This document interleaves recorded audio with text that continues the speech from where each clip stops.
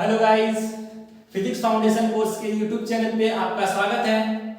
मैं राकेश रंजन आज लेकर आया हूँ क्लास 9 के बच्चों के लिए बहुत ही खूबसूरत सा टॉपिक वर्क एंड एनर्जी। इस लेक्चर से क्लास 9 के वो बच्चे या उन बच्चों के लिए लेक्चर है, क्लास 9 के उन बच्चों के लिए लेक्चर है जो आईसीएसई बोर्ड के हों, चाहे स्टेट बोर्ड के हों, चाहे फिर सीबीएसई बोर्ड के हों। इसके अलावा वैसे बच्चे जो फिजिक्स ओलंपियाड का प्रिपरेशन कर रहे हैं, वैसे क्लास 9 के बच्चे जो फिजिक्स ओलंपियाड का प्रिपरेशन कर रहे हैं, उनके लिए ये लेक्चर बहुत ही फ्रूटफुल होने वाला है। तो चलिए स्टार्ट करते हैं आज का लेक्चर वर्क एंड एनर्जी। इस लेक्चर में हम लोग कवर करेंगे वर्क एंड एनर्जी। इसके अलावा हम लोग थोड़ा सा ब्रीफ डिस्कशन करेंगे ऑन पावर पे। तो वर्क एंड एनर्जी को हम लोग डिटेल डिस्कस करेंगे, पावर में थोड़ा सा डिस्कस करेंगे, ठीक है। तो स्टार्ट करते हैं हम लोग वर्क एंड एनर्जी का। स्टार्ट हम लोग करेंगे बेसिक लेवल से और ग्रेजुअली अपना लेवल को हम लोग इंक्रीज करते जाएंगे। तो let's start work and energy for class 9 students. So बच्चों, आज हम लोग पढ़ने वाले हैं, इसमें कवर करने वाले हैं वर्क और एनर्जी में। आज के क्लास के लिए स्पेशल जो आज का क्लास होगा उसमें हम लोग वर्क के बारे में डिस्कस करेंगे। व्हाट इज वर्क, वर्क क्या होता है, इसके बारे में डिस्कस करेंगे। इसके अलावा हम लोग डिस्कस करने वाले हैं वर्क के यूनिट के बारे में डिस्कस करने वाले हैं। इसके अलावा हम लोग फैक्टर पे या उस फैक्टर को डिस्कस करने वाले हैं जिस फैक्टर पे वर्क डन डिपेंड करता है।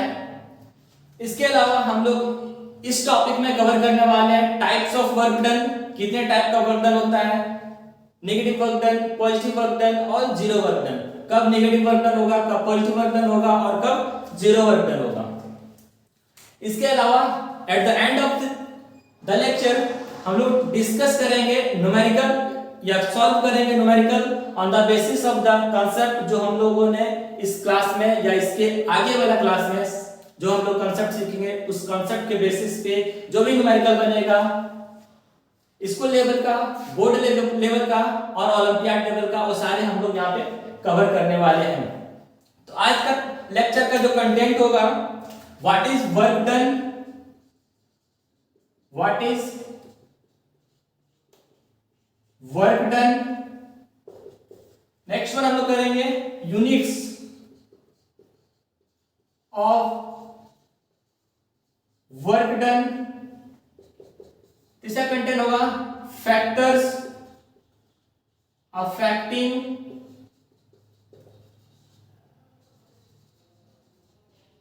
Work done, types of work done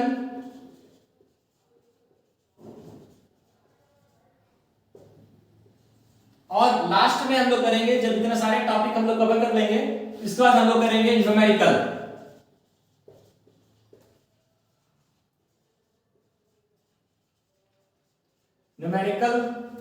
numericals on work done. तो ये वर्क इंट्रोडक्शन का पार्ट होगा, जब इंट्रोडक्शन का क्लास है वर्क का, तो इस वर्क के चैप्टर में या वर्क के टॉपिक में हम लोग कवर करने वाले हैं what is work done, detail में डिस्कस करने वाले हैं units of work done, factor affecting work done, types of work done and numerical on the work done. तो ये सारे टॉपिक का हम लोग डिटेल में डिस्कस करने वाले हैं। आज का जो लेक्चर होगा, ज्यादा बड़ा लेक्चर बनाने की कोशिश नहीं कर रहा हूं मैं, 25 to 30 मिनट्स का लेक्चर होगा।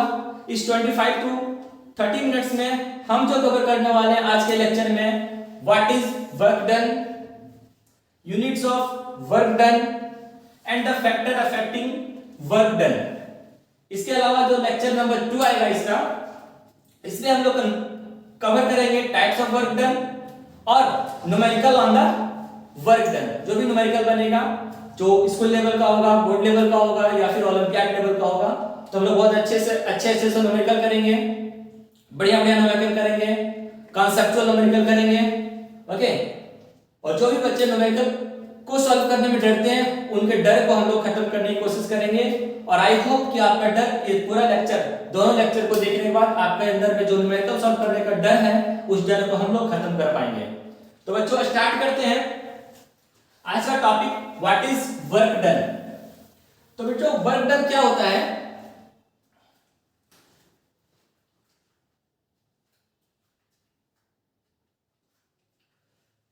ओके, तो बच्चों वर्क डन क्या होता है, हम लोग डेली बेसिस में देखते हैं बहुत सारा टास्क परफॉर्म करते रहते हैं, हम लोग बहुत सारा टास्क परफॉर्म करते हैं। कोई इंसान बैठ के इमेजिनेशन कर रहा होता है, कोई इंसान बैठ के किसी के बारे में या कोई चीज के बारे में अपना प्लानिंग कर रहा होता है। बहुत सारे स्टूडेंट्स ऐसे हैं जो बैठ के दिन भर पढ़ाई कर रहे होते हैं, बहुत सारे स्टूडेंट्स ऐसे हैं जो दिन भर बैठ के राइटिंग में बिजी होते हैं, ठीक है।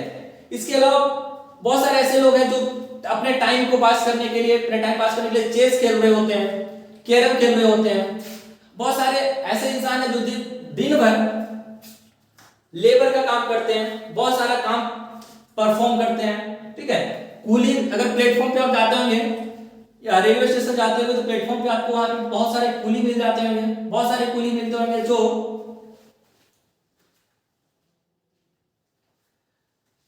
जो पैसेंजर होते हैं उनके सामान को उठाते हैं, ले जाते हैं, एक जगह से दूसरी जगह ले जाते हैं। दैट मींस डेली लाइफ में हम लोग बहुत सारा टास्क को परफॉर्म करते हैं।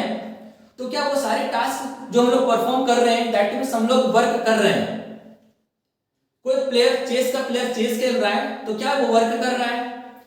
कोई इंसान इमेजिनेशन कर रहा है तो क्या वो वर्क कर रहा है। कोई स्टूडेंट्स दिन भर बैठ के स्टडी में बिजी है तो क्या वो वर्क कर रहा है, ऑल्दो वो टास्क को परफॉर्म कर रहा है।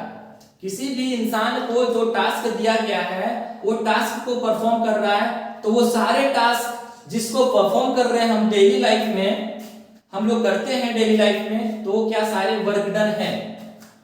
तो बच्चों यस, वो सारे वर्क डन है, वो सारे वर्क डन कहेंगे, सारे जो भी टास्क परफॉर्म किया जा रहा है वो सब वर्क डन है। बट हम लोग फिजिक्स में जो वर्क डन पढ़ेंगे वो वर्क डन उस वर्क डन से अलग है। साइंस में जो हम लोग वर्क डन बोलते हैं, साइंस में वर्क डन को डिफाइन करते हैं, तो साइंस का जो वर्क डन है और जो डेली अभी हमने आपने एग्जांपल दिया आपको, वो सारे डेली एग्जांपल में जो वर्क डन कर रहे हैं, टास्क परफॉर्म कर रहे हैं, उस टास्क से अलग है। साइंस में हम लोग अलग तरीके से डिफाइन करेंगे वर्क डन को।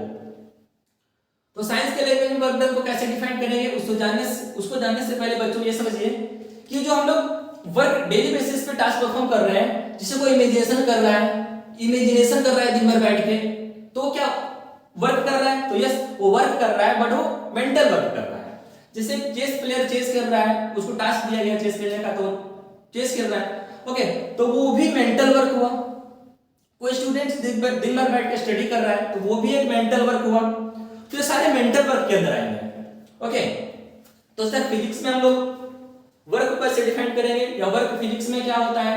तो बच्चों सिंपल बात है कि हम लोग साइंस के टर्म में अगर वर्क को डिफाइन करना चाहेंगे, साइंस के लैंग्वेज में वो सारे वर्क जो मेंटल वर्क हम लोगों ने किया या हम लोग जो डेली लाइफ में मेंटल वर्क कर रहे हैं, वो उसको वर्क में काउंट नहीं करते हैं, वर्क डन में काउंट नहीं करते हैं। तो साइंटिफिक लैंग्वेज में हम लोग वर्क डन कब काउंट करेंगे।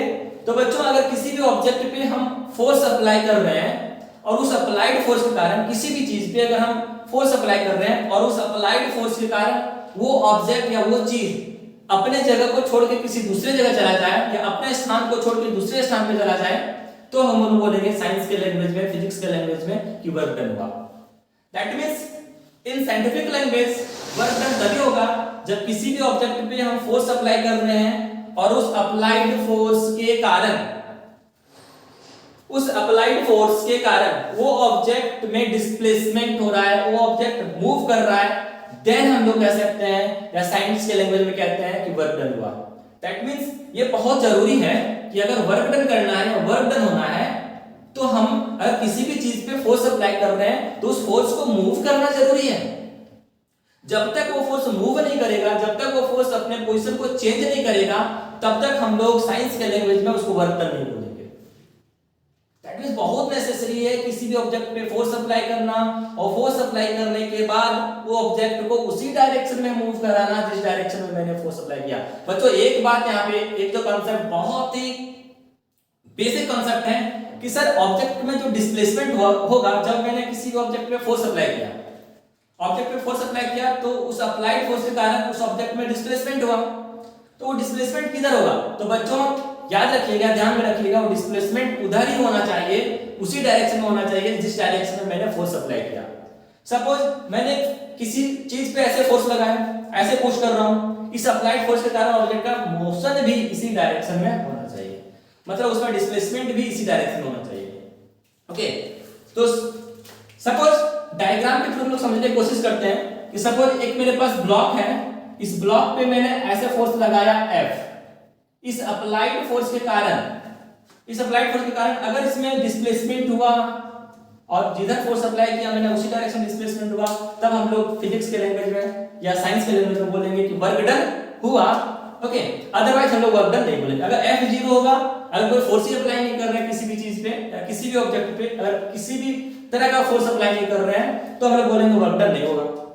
या फोर्स अप्लाई कर भी रहे हैं और उस ऑब्जेक्ट में डिस्प्लेसमेंट नहीं हो रहा है, ओके, फोर्स अप्लाई कर भी रहे हैं बट उस ऑब्जेक्ट में डिस्प्लेसमेंट नहीं हो रहा है, तो भी हम लोग बोलेंगे साइंस के लैंग्वेज में कि उसमें वर्क डन नहीं हुआ। जैसे बच्चों की अगर मैं ये वॉल है, इस वॉल को मैं पुश करना चाह रहा हूं, मैं बहुत ज्यादा फोर्स अप्लाई कर रहा हूं, इसमें बहुत ज्यादा फोर्स अप्लाई कर रहा हूं, बट मैं जो फोर्स अप्लाई कर रहा हूं इस अप्लाइड फोर्स के कारण ये वॉल अपने पोजीशन को चेंज नहीं कर रहा है, इस दीवार में किसी भी तरह का डिस्प्लेसमेंट नहीं हो रहा है, तो हम लोग बोलेंगे कि हाँ, अगर हमने टास्क किया, हमें जो टास्क दिया गया था कि सर आप ना दीवार को पुश कीजिए, बहुत ज्यादा फोर्स लगाइए। अब इस फोर्स को लगाने के बाद भी दीवार पे मैं किसी भी तरह का डिस्प्लेसमेंट नहीं ला पाया, तो साइंटिफिक लैंग्वेज में हम बोलते हैं कि मैंने टास्क परफॉर्म किया बट मैंने किसी भी तरह का वर्क डन नहीं किया। तो बच्चों, वर्क डन तभी होगा जब किसी भी ऑब्जेक्ट पे या किसी भी चीज पे हम फोर्स अप्लाई कर रहे हैं और उस अप्लाइड फोर्स के कारण वो ऑब्जेक्ट अगर उसी डायरेक्शन में मूव करना स्टार्ट किया जिस डायरेक्शन में मैंने फोर्स अप्लाई किया था, तब हम लोग बोलेंगे कि वर्क डन। तो इसको डिफाइन कैसे करेंगे वर्क डन को? तो सिंपल है, डेफिनेशन इसका लिखने की कोशिश करते हैं।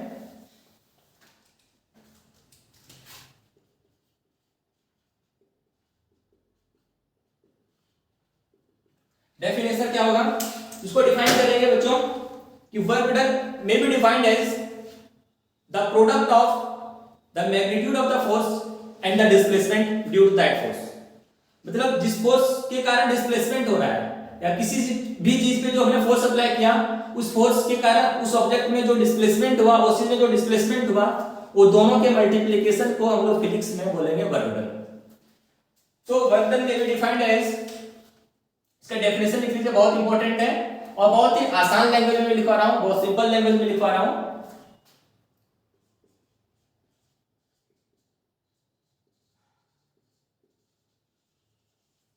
Work done may be defined as the product of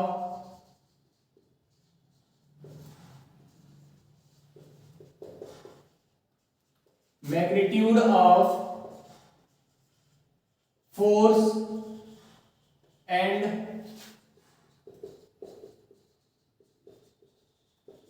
displacement. किस डायरेक्शन में डिस्प्लेसमेंट होगा? तो जिस डायरेक्शन में मैंने फोर्स को अप्लाई किया, तो displacement done in the direction of applied force. Okay, तो जरूरी क्या है वर्क डन के लिए? जिस डायरेक्शन में मैंने फोर्स अप्लाई किया उसी डायरेक्शन में डिस्प्लेसमेंट होना चाहिए। अगर हम इसको मैथमेटिकली डिफाइन करना चाहेंगे, इसका फॉर्मूला लिखना चाहेंगे, तो वर्क डन क्या होता है? सिंपल, वर्क डन क्या होगा? Work done is the multiplication of force and the displacement. Force into displacement, force into displacement, that is W equal to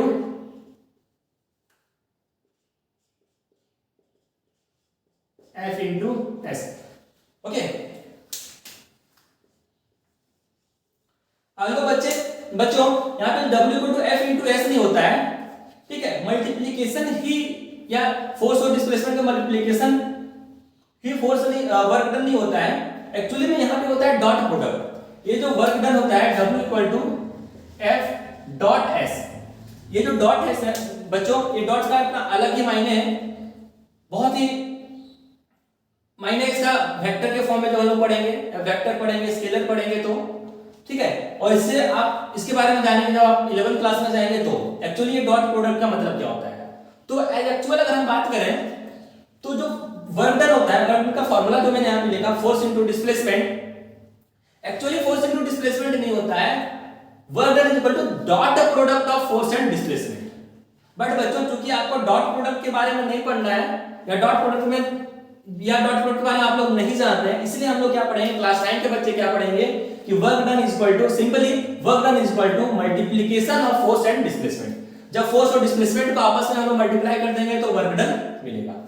Alto ये मल्टीप्लिकेशन नहीं होता है, डॉट प्रोडक्ट होता है। बार बार बता रहा हूं, बार बार रिपीट कर रहा हूं, अल्टो ये मल्टीप्लिकेशन नहीं है, ये डॉट प्रोडक्ट है और इस डॉट प्रोडक्ट का एक अपना अलग ही मायने है, ठीक है। लेकिन क्लास 9 के बच्चे इसको क्या करेंगे, हम लोग मल्टीप्लिकेशन करेंगे। जब हम लोग 11th में जाएंगे तो और क्लियर होगा। तो सिंपल प्रोडक्ट निकाल लेंगे फोर्स और डिस्प्लेसमेंट का, तो हमको क्या मिलेगा, वर्क डन। सो नेक्स्ट बच्चों यूनिट हम लोग देखते हैं, इसका यूनिट क्या होगा।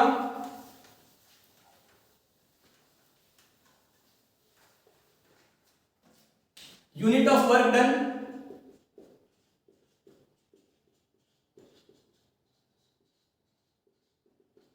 देखिए बच्चों यूनिट निकालना बहुत आसान है, हम लोग इसको जानते हैं। यूनिट निकालना मोशन के चैप्टर में पढ़े होंगे, ठीक है। जैसे हम लोग वेलोसिटी पढ़े थे, मोशन के चैप्टर में स्पीड पढ़े थे, तो स्पीड का यूनिट क्या होता था, मीटर पर सेकंड। ओके, उसी टाइप से वर्क डन का यूनिट क्या होगा, तो simple work done equal to क्या होता है, formula force into displacement, force into displacement is work done. तो बच्चों अगर इसका हमको यूनिट निकालना होगा तो हमको फोर्स के यूनिट को मल्टीप्लाई करना पड़ेगा डिस्प्लेसमेंट के यूनिट से, फोर्स के यूनिट को मल्टीप्लाई करना पड़ेगा डिस्प्लेसमेंट के यूनिट से। तो अगर इसका एसआई हम बात करें तो एसआई यूनिट या यूनिट का हम बात करें ऑफ डब्ल्यू इक्वल टू क्या होता है, unit of force into unit of displacement. अब हमें पता है कि यूनिट ऑफ फोर्स क्या होता है, न्यूटन, तो न्यूटन इनटू मीटर, इसको क्या बोलेंगे, न्यूटन मीटर। तो बच्चों जो न्यूटन मीटर है वर्क डन का एसआई यूनिट होता है। बहुत सारे यूनिट होता है फिजिकल क्वांटिटी का, बहुत एक फिजिकल क्वांटिटी का बहुत सारा यूनिट होता है। तो यहाँ पे जो न्यूटन मीटर है इस वर्क डन का एसआई यूनिट होता है newton metre, SI unit. Okay, और आज के बाद से अभी से हम लोग इस न्यूटन मीटर को एक और नाम से जानेंगे जो कि बहुत ही फेमस यूनिट है, और यही वाला यूनिट इसका बहुत फेमस है, ज्यादा फेमस है, उसको बोलेंगे हम लोग जूल। क्या बोलेंगे बच्चों, जूल। तो ये जो यूनिट है ये यूनिट ज्यादा फेमस है। ये जूल एक साइंटिस्ट थे, ठीक है, उन्हीं के नाम से इसका यूनिट रखा गया। ओके, तो आज के बाद से हम लोग ऐसा यूनिट क्या पढ़ेंगे वर्क डन का, जूल या फिर न्यूटन मीटर। न्यूटन मीटर भी है बट जो फेमस यूनिट है उसको हम लोग क्या बोलेंगे, जूल। अगर तो ऐसा यूनिट क्या हो जाएगा,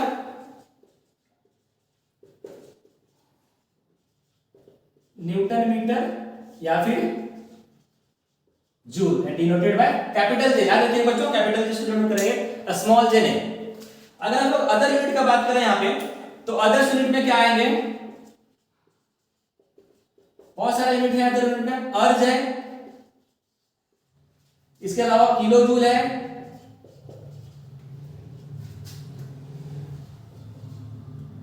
इसको हम लोग के जे से डिनोट करेंगे।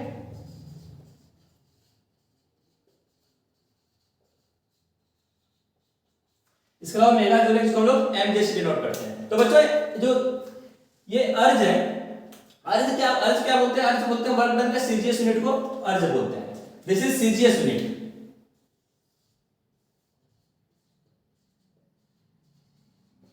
ये सीजीएस यूनिट है, हालांकि आप लोगों को पढ़ना नहीं सीजीएस यूनिट, आप लोग को नहीं जानना है सीजीएस यूनिट के बारे में, ठीक है। एक दफा याद रखिए, अर्ज क्या है, सीजीएस यूनिट है, अर्ज भी एक यूनिट है वर्क डन का। इसके अलावा किलो जूल और mega joule. Kilo joule mega joule क्या है, ये हायर यूनिट मतलब बिगर यूनिट है। बड़ा अमाउंट अगर हमको मेजर करना होगा तो हम लोग किलो जूल और मेगा जूल में मेजर करेंगे, जूल की जगह पे। ओके, तो अगर हम लोग रिलेशन निकालना चाहेंगे सर किलो जूल और मेगा जूल का रिलेशन क्या होता है, तो हम लोग देख लेते हैं यहां पे।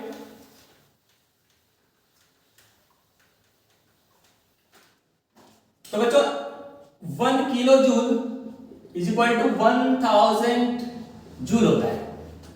ये रिलेशन जो हम लोग पढ़ रहे हैं ये बहुत इंपॉर्टेंट है। जब हम लोग न्यूमेरिकल पार्ट पे आएंगे, न्यूमेरिकल सॉल्व करेंगे तो कन्वर्जन ऑफ यूनिट बहुत ही जरूरी होता है। तो इस रिलेशन को याद रखिएगा, 1 kilo joule equal to 1000 joule. या इसी को हम लोग कैसे लिखेंगे, 10 to the power 3 joule. 1 mega joule का बात करें तो 1 mega joule equal to 1 lakh joule या फिर 10 to the power 6 joule. So this relation kilo joule to joule, 1 kilo joule में 1000 जूल होता है, 1 मेगा जूल में 1 लाख जूल होता है। ओके, और तो ये रिलेशन याद रखिएगा, न्यूमेरिकल जब हम लोग सॉल्व करेंगे तो इसका हम लोग वहां पे यूज करेंगे। Now factor affecting the work done. किस किस फैक्टर पे वर्क डन डिपेंड करता है, किस किस फैक्टर या कौन कौन सा फैक्टर वर्क डन को अफेक्ट करता है। कब वर्क डन 0 होगा, कब वर्क डन नेगेटिव होगा, कब वर्क डन पॉजिटिव होगा, वो सारे इस फैक्टर में भी डिस्कस होगा, बट आज के क्लास में नहीं, नेक्स्ट क्लास में डिस्कस होगा। तो आज हम लोग देखते हैं फैक्टर अफेक्टिंग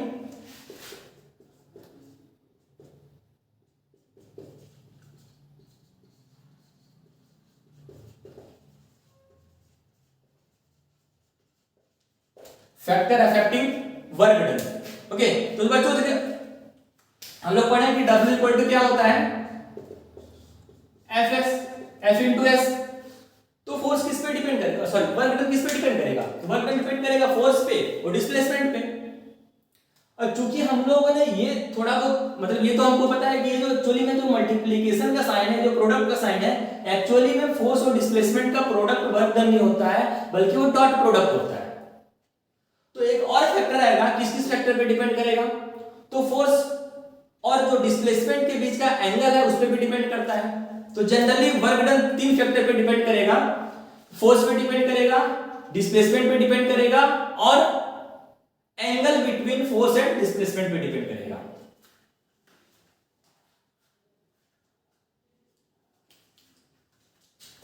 जब तक हम किसी भी ऑब्जेक्ट पे फोर्स अप्लाई नहीं कर रहे हैं तो वर्क डन नहीं होगा। That means there must be applied force. जब तक हम किसी भी चीज पे फोर्स अप्लाई नहीं कर रहे हैं तब तक वर्क डन 0 होगा। तो सबसे पहला फैक्टर क्या है, फोर्स। ओके, तो किस पे डिपेंड कर रहा है, फोर्स पे डिपेंड कर रहा है। नंबर 1 फैक्टर फोर्स पे डिपेंड कर रहा है। और फोर्स पे कैसे डिपेंड करता है, तो सिंपल है कि भैया अगर किसी भी चीज पे अगर हम फोर्स अप्लाई कर रहे हैं तभी वर्क डन हो सकता है। अगर मैं फोर्स अप्लाई कर नहीं रहा हूं तो किसी भी तरह का वर्क डन नहीं होगा। That means there must B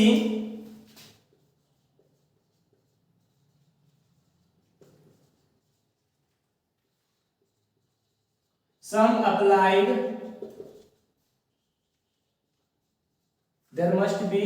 applied force। लिख सकते हैं इफ F इक्वल टू 0, अगर अप्लाइड फोर्स 0 हो गया, किसी भी तरह का फोर्स अप्लाई नहीं किया, तो W इक्वल टू क्या होगा, W इक्वल टू भी 0 हो जाएगा। तो पहला फैक्टर ये हो गया। तो बच्चों इसको इरेज करता हूं, आप लोग लिख लीजिएगा, वीडियो को पॉज करके लिख लीजिएगा।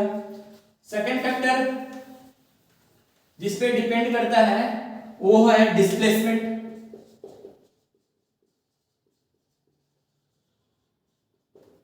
ठीक है, डिस्प्लेसमेंट होना चाहिए। अब किसी भी चीज पे हम फोर्स अप्लाई कर रहे हैं और वो चीज जब मूव करेगा तभी वर्क डन होगा। हम लोग अर्लियर डिस्कस कर चुका हूं। ठीक है, दैट मींस डिस्प्लेसमेंट पे डिपेंड कर रहा है। तो कैसे डिपेंड कर रहा है, तो डिस्प्लेसमेंट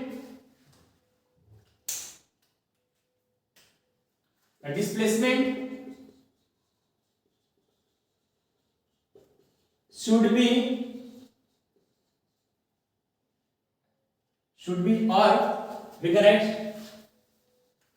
चलो ऐसे लिखते हैं, should be in same direction of applied force। तो डिस्प्लेसमेंट भी उधर ही होना चाहिए जिधर मैंने फोर्स अप्लाई किया।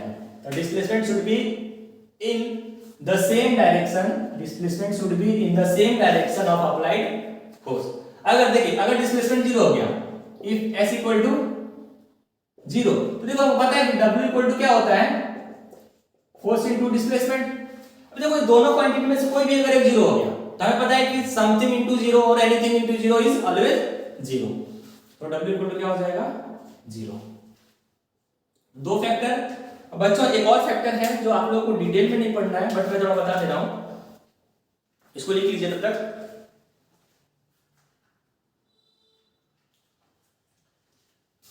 बेटाऊं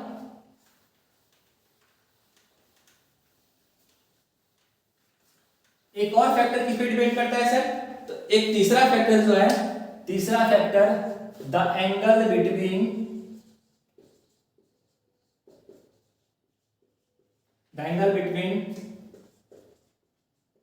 फोर्स एंड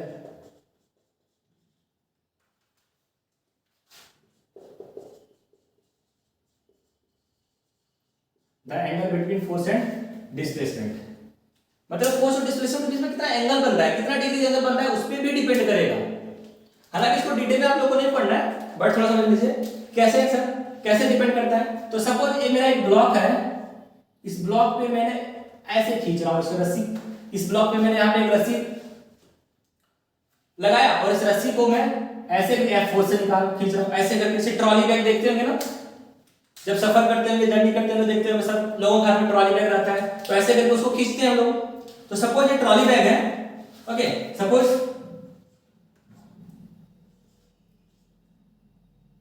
ये ट्रॉली बैग है, ओके, और इस ट्रॉली बैग को कोई आदमी यहां पे ये ऐसे पकड़ के खींच रहा है, यार ऐसे खींच रहा है, तो फोर्स किधर लगा रहा है, इस डायरेक्शन में फोर्स लगा रहा है, लेकिन ट्रॉली बैग क्या ऐसे जाएगा, कैसे जाता है ट्रॉली बैग, तो ट्रॉली बैग ऐसे मूव करेगा इस डायरेक्शन में। मतलब इस ट्रॉली बैग का डिस्प्लेसमेंट इधर हुआ, बट मैं फोर्स किधर लगा रहा हूं, ऐसे लगा रहा हूं। दैट मींस अगर मैं इसको ड्रॉ करने जाऊं ऐसे, अगर मैं इसको ड्रॉ कर दूं, डिस्प्लेसमेंट ऐसे हो रहा है, ट्रॉली बैग पे मैं फोर्स उधर से लगा रहा हूं, ट्रॉली बैग को ऐसे में खींच रहा हूं, और डिस्प्लेसमेंट कैसे हो रहा है, इस डायरेक्शन में। तो ये दोनों के बीच में कितना डिग्री का एंगल बन रहा है, दैट इज कॉल्ड थीटा। मतलब ये दोनों के बीच का जो एंगल है उस पे डिपेंड करता है, फोर्स और डिस्प्लेसमेंट के बीच का जो एंगल है उस पे भी डिपेंड करता है वर्क डन। कैसे डिपेंड करता है उसको भी आप लोगों को नहीं जानना है, तब तक समझ लीजिए कि देखिए मैंने क्या बोला कि फोर्स किधर होना चाहिए या डिस्प्लेसमेंट किधर होना चाहिए, जिधर मैं फोर्स को अप्लाई कर रहा हूं, जिधर मैंने फोर्स अप्लाई किया उसी डायरेक्शन में होना चाहिए। अब देखिए फोर्स मैंने इस डायरेक्शन में अप्लाई किया, डिस्प्लेसमेंट इस डायरेक्शन में हो रहा है, तो दोनों के बीच या दोनों का डायरेक्शन तो एक नहीं है, अलग अलग हो गया। तो क्या करना पड़ता है, यहाँ पे हम लोग ये जो डिस्प्लेसमेंट हो रहा है, एक्चुअल में जो डिस्प्लेसमेंट हो रहा है ये इस फोर्स के कारण नहीं हो रहा है, ये जो फोर्स लग रहा है, तिरछा वाला जो फोर्स लग रहा है, उस फोर्स के कारण डिस्प्लेसमेंट नहीं हो रहा है। तो सर डिस्प्लेसमेंट क्यों हो रहा है, इस फोर्स का दो कंपोनेंट काम करेगा, एक अपवर्ड डायरेक्शन में और एक हॉरिजॉन्टल डायरेक्शन में, एक वर्टिकल डायरेक्शन में और एक हॉरिजॉन्टल डायरेक्शन में। ये वाला जो हॉरिजॉन्टल डायरेक्शन में इस फोर्स को दो पार्ट में डिवाइड कर देंगे, दो कंपोनेंट हो जाएगा। 11th क्लास में इसको डिटेल में पढ़िएगा आप लोग, तब तक समझ लीजिए। ये जो F1 है, ये जो F1 है, इस F1 के कारण सपोज इस F1 को F1 और सॉरी इस F को F1 और F2 में डिवाइड कर दिया, दो कंपोनेंट में डिवाइड कर दिया, ओके, रिजॉल्व कर दिया। अब ये जो F1 है, इस F1 के कारण यहाँ पे डिस्प्लेसमेंट हो रहा है, तो ये F1 देखिए, F1 किस डायरेक्शन में है, जिधर डिस्प्लेसमेंट है। अब देखिए फोर्स और डिस्प्लेसमेंट दोनों एक डायरेक्शन में हो गया, तो F1 निकालने के लिए क्या करेंगे, इस F1 को निकालने के लिए इस कंपोनेंट को लिखेंगे, और कंपोनेंट लिखने का तरीका है F1 का वैल्यू क्या हो जाएगा, F cos थीटा। इसके बारे में आप लोग डिटेल में पढ़िए क्लास 9 में। तो देखिए यहाँ पे थीटा आ गया, मतलब ये जो वर्क डन है उस थीटा पे भी डिपेंड करेगा, ओके बच्चों। तो यहाँ पे क्या होगा, इस केस में वर्क डन इक्वल टू क्या होता है, F, देखिए F का वैल्यू क्या है, cos theta, force into displacement, कितना फोर्स लग रहा है, किस फोर्स के कारण इसको डिस्प्लेसमेंट हो रहा है, तो F cos थीटा फोर्स के कारण डिस्प्लेसमेंट हो रहा है, तो F cos theta into S, that is Fs cos theta. मतलब किस पे डिपेंड कर रहा है, वर्क डन, फोर्स पे डिपेंड कर रहा है, डिस्प्लेसमेंट पे डिपेंड कर रहा है, और दोनों के बीच का जो एंगल है उस पे डिपेंड कर रहा है। तो बच्चों ये क्लास आज का इंट्रोडक्शन क्लास, एक वर्क एनालिसिस का पहला क्लास है, लेक्चर 1 है ये।